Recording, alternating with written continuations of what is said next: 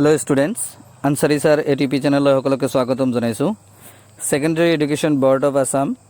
सेबार পৰা এটা নোটিফিকেশন আইছে most important notification 11th November 2022 নোটিফিকেশনটো হল যিসকল ছাত্ৰ ছাত্ৰী 2023 চনত মেট্ৰিক পৰীক্ষা দিব সেই সকলৰ কাৰণে मोस्ट इम्पोर्टेंट এটা নোটিফিকেশন যিসকলে মেট্ৰিক দিব সেই সকলৰ কাৰণে ফৰ্ম ফিলআপৰ ডেট আহি পৰিছে যিসকল ছাত্ৰ ছাত্ৰীয়ে हाफ इयारली एग्जामत एपियार होइसे हेइ हकल छात्र छात्रीये फर्म फिलआप करिब पारिब ए फर्म फिलआपर मासुल किमानखिनि কৈ এই ভিডিওৰ জৰিয়তে জনাবলৈ লৈছো एग्जामिनेशन फी দিয়া আছে 700 টকা per student practical examination fee practical subject যার যার আছে ইলেক্টিভ সাবজেক্ট যেনেকুৱা গাৰ্মেন্ট ডিজাইন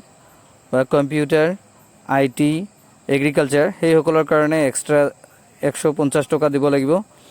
सेंटर फी दिया আছে 350 टका লগতে annual recognition fee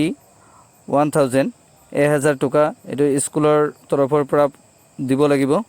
as far the instruction of the government of Assam फाइड नोटिफिकेशन दिया আছে আৰু पेमेंट फी হেইখিনি কম কৰিব পাৰিব যি সকল ছাত্ৰ ছাত্ৰী বিপিএল কাৰ্ড আছে নাইবা 2 লাখ টকাৰ তলত যদি এনুৱেল ইনকাম হয় তেতিয়া হলে হেই সকল ছাত্ৰ ছাত্ৰীৰ কাৰণে এই ফৰ্ম ফিলআপৰ মাসুল ৰেহাই পাব और जे सकल छात्र छात्रीये हाफ इयारली एग्जाम दिसे हेइ सकले এই फर्म फिलआपটো কৰিব পাৰিব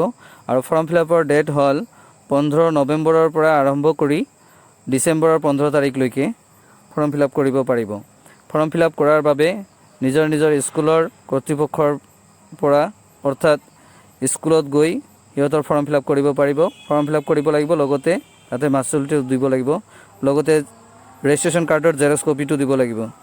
मुठते फर्म फिलआप কৰিবলৈ হলে 15 নৱেম্বৰৰ পৰা 15 ডিসেম্বৰৰ ভিতৰতে फर्म फिलआपটো কৰিব লাগিব যদি ভিডিওটো ভাল লাগে তেনে হলে সাবস্ক্ৰাইব কৰিব আৰু যিমান পাৰে শেয়াৰ কৰিব।